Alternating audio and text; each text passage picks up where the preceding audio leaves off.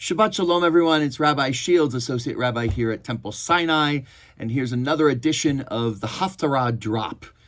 This week, we are moving our way through the year. We're in Shabbat Mikeitz, which includes the Haftarah from the prophet Zechariah. And the theme that I'm kind of drilling down on here is that there's a light that builds the future. And so this week, and just briefly touch on the Torah, Joseph is still in prison. He hasn't come out of that pit. He's waiting and dreaming in the dark, trusting that the story is not yet finished. And in the Haftarah, Zechariah, he is in Jerusalem. Mind you, not at the same time. Zechariah is speaking to people waiting in Jerusalem. They have returned from exile. The city is in ruins. The temple is just a pile of stones.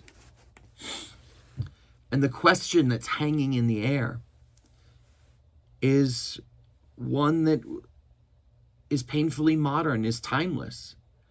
How do you rebuild when hope feels fragile?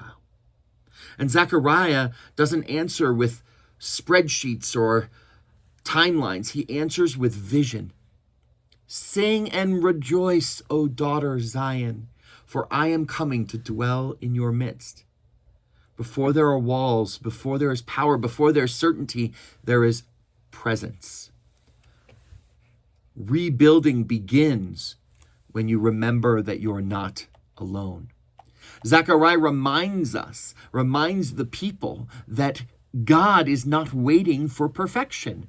God is already showing up right there in the rubble. In his time, literally the rubble. In our time, perhaps in the rubble of our lives. And then we get one of the most striking images in all of prophetic literature, the menorah. A golden lampstand, 7 flames, fed not by human hands, but by flowing oil. And Zechariah says the line we quote, but often forget to believe, not by might, not by power, but by spirit. This is not a rejection of action. It's a redefinition of what actually sustains action. Power gets attention. Spirit gets endurance. Zechariah looks at the mountain in front of the people, the obstacles, the fear, the exhaustion, and he names it. Who are you, O great mountain? Not why are you here? Not how did you get so big? Just who do you think you are? And then comes the promise. Before Zerubbabel, you shall become a plain. Every mountain looks permanent until it isn't. This is a haftarah for people who are tired, for communities rebuilding after trauma, for anyone who wonders if their small effort actually matters. That's what makes it perfect for Chanukah. Because Hanukkah is not a story of overwhelming force. It's not about military dominance or political certainty.